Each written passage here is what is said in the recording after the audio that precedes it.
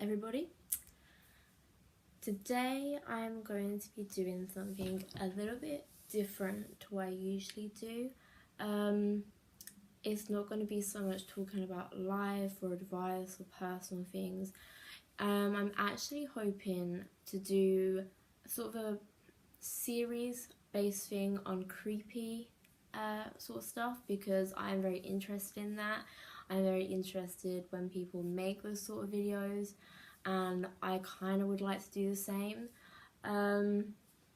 Yeah, I'm hoping that once my exams are over to have more of a like an official sort of schedule for it all. If you like this idea, then subscribe, like, comment, tell me. Not that this will probably get a lot of views, but just, you know, just tell me. And if I missed any theories or any information out, then comment as well, because that would be very helpful. I'm always wanting to learn more about different cases and more about like your own cases. And also if you have suggestions as well with stuff that you want me to cover, if you like this sort of video too. So yeah, just gonna get right into it. What I wanted to do for my first video is to discuss the Princess Diana case. If you are in Britain, if you have been living for a while, I think a lot of people should know who Princess Diana is. But for those who don't, she was back in from the 1981. She married Prince Charles, and she had quite a tragic death. It was a very, very sad death. I thought I would do my first case on a British story, because I feel like a lot of cases I see on YouTube are from like American places, at least the well-known ones. Maybe smaller like communities do, you know, stuff in like different countries. But yeah, I thought, considering I'm British, considering I'm pale as fuck and have red hair, I think it kind of suits me to do, you know, an English style or like case. So yes, I'm just gonna get right into it. Princess Diana was born in 1961 and died in 1997. She died at the age of 36. Which makes, I think, this even more tragic, because she was so young. Like, she could have had a lot more than just what than what really happened. I think that's a sad thing, because a lot of people really connected with this princess. I think this was the first monarchy like person who like people really connected to. So she was already part of a British nobility family. Her father would eventually become Earl Spencer, but before that, she was already a British nobility family. The monarchy knew of their family. I think she was the fourth oldest out of 5 siblings, I think.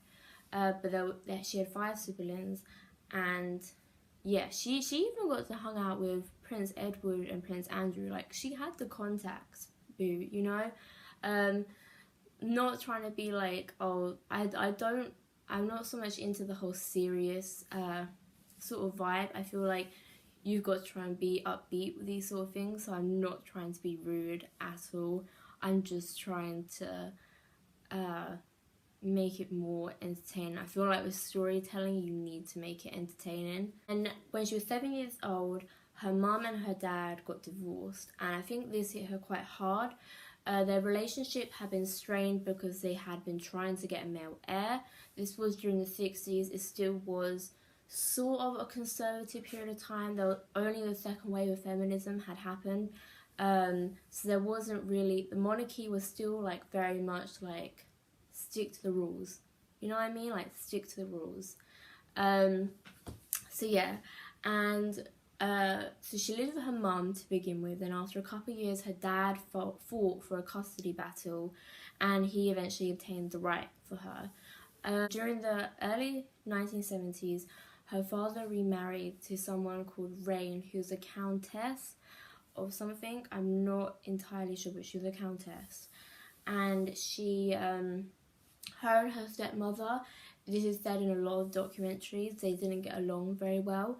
Diana, like, to quote unquote, she describes her life as being very unstable, the whole thing, end quote. So yeah, she didn't have a very happy upbringing. There was obviously a lot of tension. I mean, her parents got divorced when she was quite young, so you can kind of see the signs of what this might lead to when you're an adult. So anyway, and there was one case where she reported pushing her stepmother down the stairs as well, which I think is even more sad. So for education, she left at the age of 16 at school, and she went to a boarding school in England, obviously, because if you've got the Queen, you have to go to the best.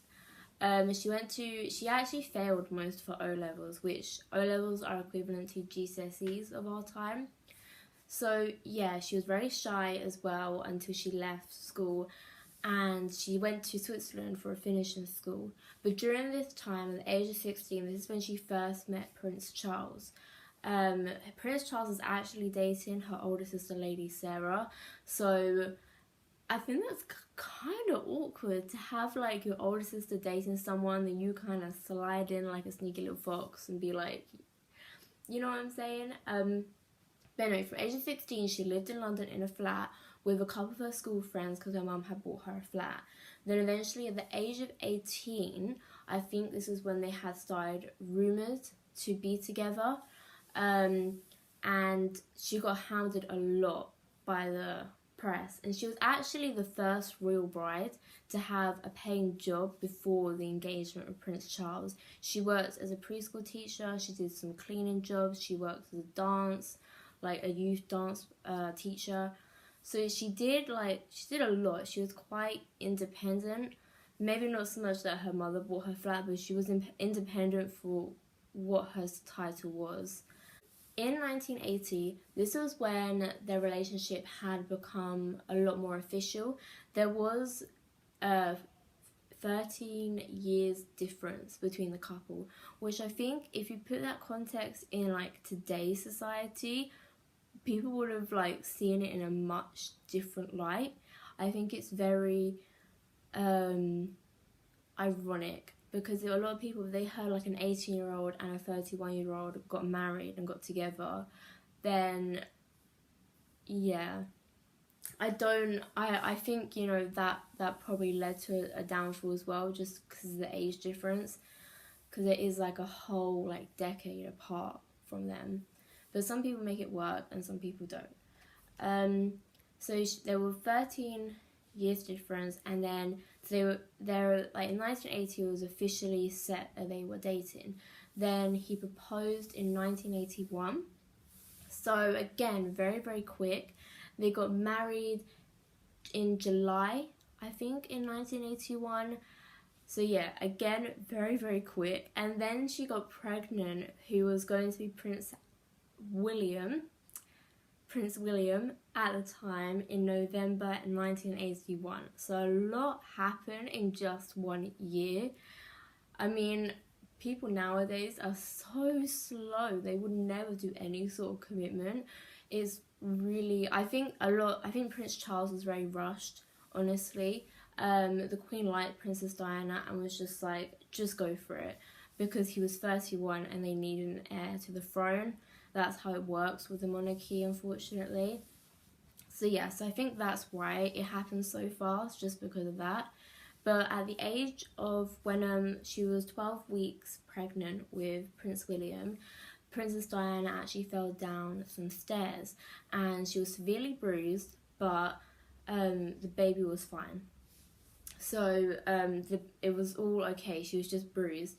And Diana later reveals how she had intentionally fallen down the stairs because she felt very inadequate for Charles. She felt, I think this whole transformation from being an average woman working in a preschool to being a princess, I think it was very, very difficult for her personally. In February 1982, so a month after the incident, Princess Diana when she was pregnant and she was on holiday on the beach had actually been photographed. And I think this was the real start where people saw the negative side of the paparazzi within the media industry, because like she's not going to look her best when she's pregnant, because no one looks their best really, and I'm sure she looked beautiful anyways, but the Queen did not approve of this. She thought the journalists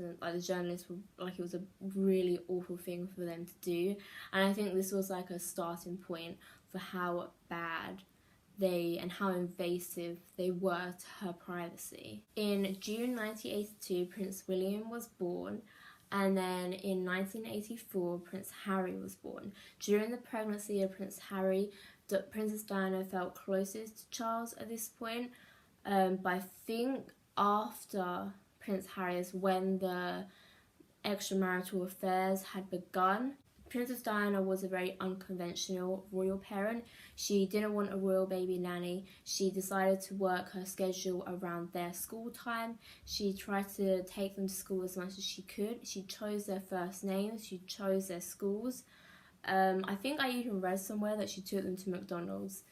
Like, she was a very unconventional parent. And I think if she'd have been placed in this time, maybe people would have found it more acceptable. But again, it was a different time, like 20-30 years ago, which is sad to think about because it's only a short period of time, but it was. And people like the Queen, they were still very judgmental and rigid with their rules, sadly. In about 5 years of the marriage, this is 1986, where the strains began to show in their relationship, and this is when more affairs started to get revealed out to everyone.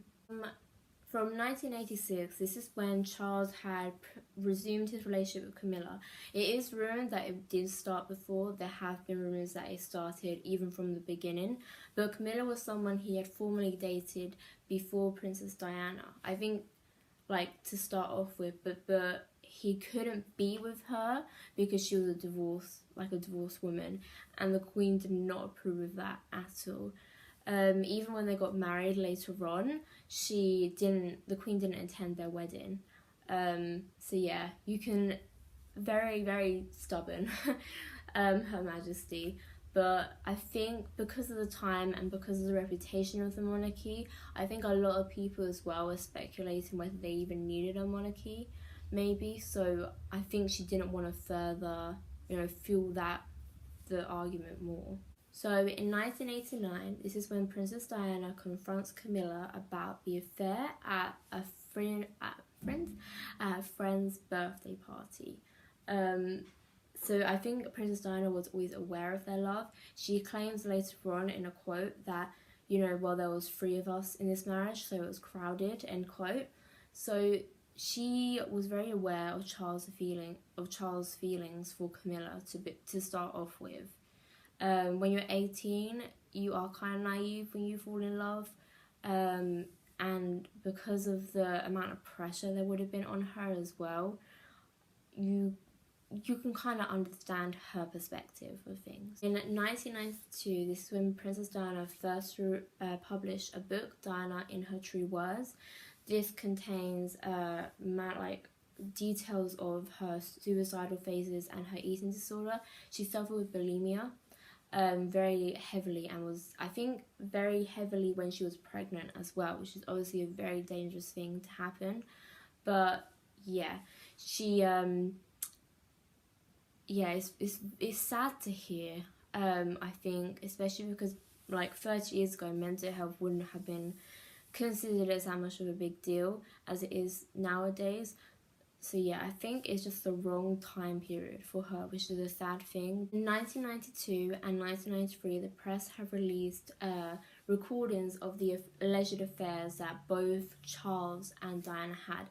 Diana had an affair with supposedly her bodyguard and supposedly her former riding instructor. And the phone conversation with Charles were with him and Camilla, and he was also rumoured to have been with the baby nanny once Diana and Charles are separated at the late 80s, early 90s. rumoured to have been with that baby nanny. In 1992, this is when the separation was said publicly, but I think they probably had been separated for a lot longer. In 1993, Diana actually sent a letter to her butler claiming that she was worried for her own safety. She was worried that she was going to be killed. And this paranoia leads to one of the theories. In 1994, Charles does his own interview on television to try and clear his name in the marriage and to try and explain further what happened. He claims he had only revived the relationship once him and Diana had separated, but I don't believe this to be true. In 1995, this is when Princess Diana went on the BBC show Paranormal, and I think that's how you say it. And she had explained in detail about the marriage and her suicidal phase, her eating disorder, and the affair of Camilla. And this was a breaking point for the Queen. This is what made the Queen send a letter to both of them advising that they should get divorced a month after the show. 1996, this is when they had their official divorce, and she received a £70 million fund thing, and then £400,000 a year, which is a lot of money.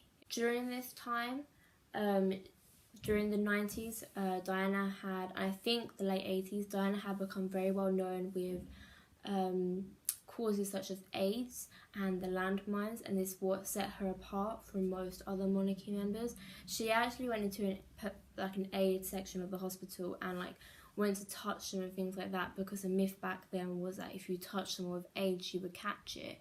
So she broke that myth, and she stood up for a lot of many different causes, and I think her sons have followed the same as well, which I think is the most inspiring part about her character. And I think her revealing those personal details and the truth behind the monarchy is what set her apart. During her later years, especially after separation of her and Prince Charles, she no longer had the monarchy's security, so she suffered greatly in the press, and people would hound her on holidays. She even went up to the press a couple of times and said, "Look, I want to enjoy this skiing holiday with my boys, can you please leave us alone?" She was very unimpressed with the press. She was very unimpressed with the paparazzi and the media industry of the time. She was always in the newspapers, and she didn't like the slander. Okay, so going into the theories of Princess Diana died in 1997 in a car crash, supposedly in a tunnel in France. So theory number one is that Princess Diana was pregnant, and the monarchy didn't want, she was with Mohammed Al-Fayed, I think that's how you say it. He was an Egyptian Muslim billionaire, and the monarchy basically were racist. They didn't want an Egyptian Muslim to be a stepfather to the heirs of the throne. So they wanted both of them killed off because of that. But in the autopsy, there was no evidence of her being pregnancy. There was no pregnancy in the blood tests. And people said that she was very good with contraception and her menstrual cycles had been up to date. So I don't entirely believe this theory. The second theory is that she already believed she was going to die. So obviously in 1993 she sent a letter to her butler claiming that she was worried about dying. So she always had a fear that something was going to happen to her, and she always had a fear as well that she put in the letter that she worried her car was going to be tampered with, and she did die in a car crash. But there's no evidence to really support this, so it is just a theory. The third theory is that it was the paparazzi. So one theory is that they may have done it by accident, that they forced the Mercedes, they done it by purpose, or they tried to put the Mercedes, edge it into, the wall of the tunnel. People discredit this theory though, because a lot of photographers would have been competitors with one another, so why would they band together when they wanted to try and get the money themselves? The fourth theory is that Henry Poole, who was her driver, who was head of security of the Ritz Hotel, intentionally crashed the car. Now, some people have claimed that they swapped the body of Henry Poole with a drunk person, so his autopsy reports will show that he was a bit drunk. and they could just later claim that, oh, he was a bit drunk and that's what happened. But people say that Henry Paul was actually part of the secret services in France and even maybe the UK. So this was part of an underground operation. People believe this because he had more money than what was expected for a head of security at the Ritz Hotel. So yeah, I think this is quite a credited theory. I could see this happening, but again, there's no real evidence to suggest this. So it is just a theory. The fifth theory is that someone had actually tampered with the car and they'd either messed up the route or the brakes, something like that. Again, this is just a theory. There is no real evidence. A lot of people claim the Mercedes was in fine condition before, but still, people can make it look like it was fine. Theory is that apparently there are a lot of eyewitnesses at the scene and they were claiming that they saw many bright flashes and strange vehicles on the road at the time, but this can be discredited because people could be drunk and there was a lot of press following the car, so those bright lights may just have been from cameras, and people were claiming different flashes at different times and different sort of vehicles, so you can't credit the eyewitnesses as much. The seventh theory is that Diana's medical care was sabotaged. So in France, they usually treat people more on the scene than they would treat people, like take them as soon as they can to the nearest hospital. So this was delayed, and some people claim that this was done on purpose because if she had been brought to hospital, she would have been saved. A lot of people discredit this theory because doctors claim that they would have to lie about, it's an ethical reason, they would have to lie about their ethics and their morals. But I do believe been blackmailed by like the FBI or like the secret services, or if you've been given money, I think any doctor will go against their morals just to do that. So I don't entirely believe the reasoning as to why it's not true. So yeah, the final theory is that Diana's bodyguard was killed off. Soon after the affair was released from 1986, he was killed off in what looked like an accident, which actually involved a car crash and a motorbike, which is very, very similar to what happened to Diana and her car crash of the motorbike that caused the crash. I could believe this. She even believes that her bodyguard had been bumped off. It is very suspicious. It is suspicious that it was only a year after the divorce had been settled, so maybe the monarchy, you can never really be sure, but yeah. So this is my first conspiracy theory creepy video that I'm doing. Hopefully you like it. Leave a like, follow my Instagram. If you made it this far, congratulations, you actually listen. I'm proud, boo. And yeah, hopefully I'll be back with another video. I think I'm going to be talking about paranormal side next time. But yeah, hopefully you enjoyed this video and I will see you very soon, hopefully.